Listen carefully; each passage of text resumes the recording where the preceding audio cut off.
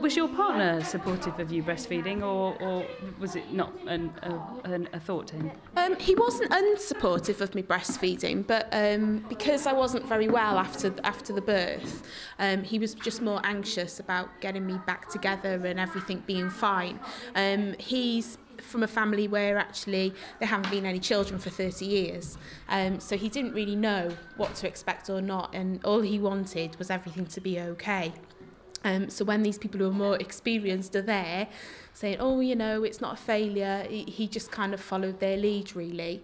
However, as a dad now with a 2.5-year-old who, breastfed till she's 16 months with full intention of breastfeeding our second child, he's actually really supportive and actually a real advocate for breastfeeding, to the point where he broadcasts it to anyone who'll listen how much more beneficial for the child and for the mum it is, and the fact that it's a unique bonding experience that you just don't get in the same way from bottle feeding.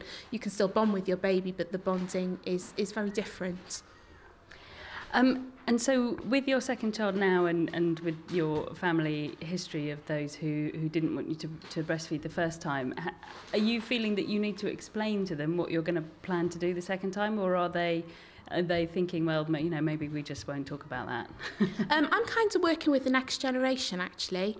The sort of maternal people in my life won't ever, they're in their 40s, 50s, 60s, they're not ever going to change their opinion or their feelings about it. But I'm quite close to my younger cousins who are just hitting their early 20s and have girlfriends and those sorts of things, who were told, leave the room while Sarah's feeding, it's disgusting, you can't see boobs, it's wrong. Do they not have boobs?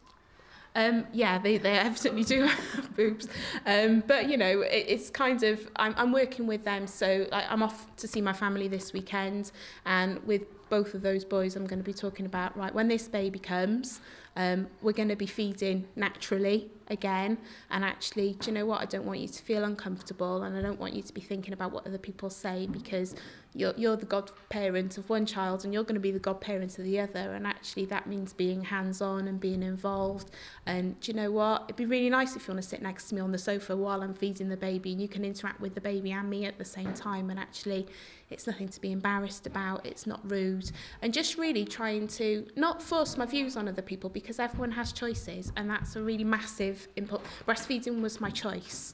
And not everybody makes that choice, which is fine, but just making it a little bit more normal, and making it something that is acceptable, so that when people make their choice, it's an okay thing to do. When you said, they said it was pornographic, how did you deal with that one?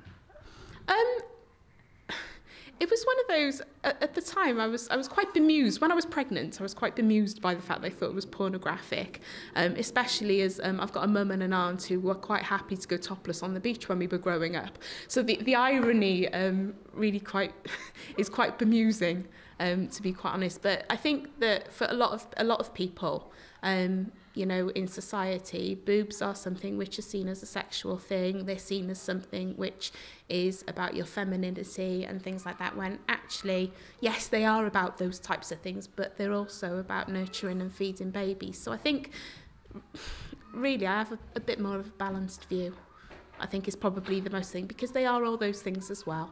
But yeah, I think balance is probably...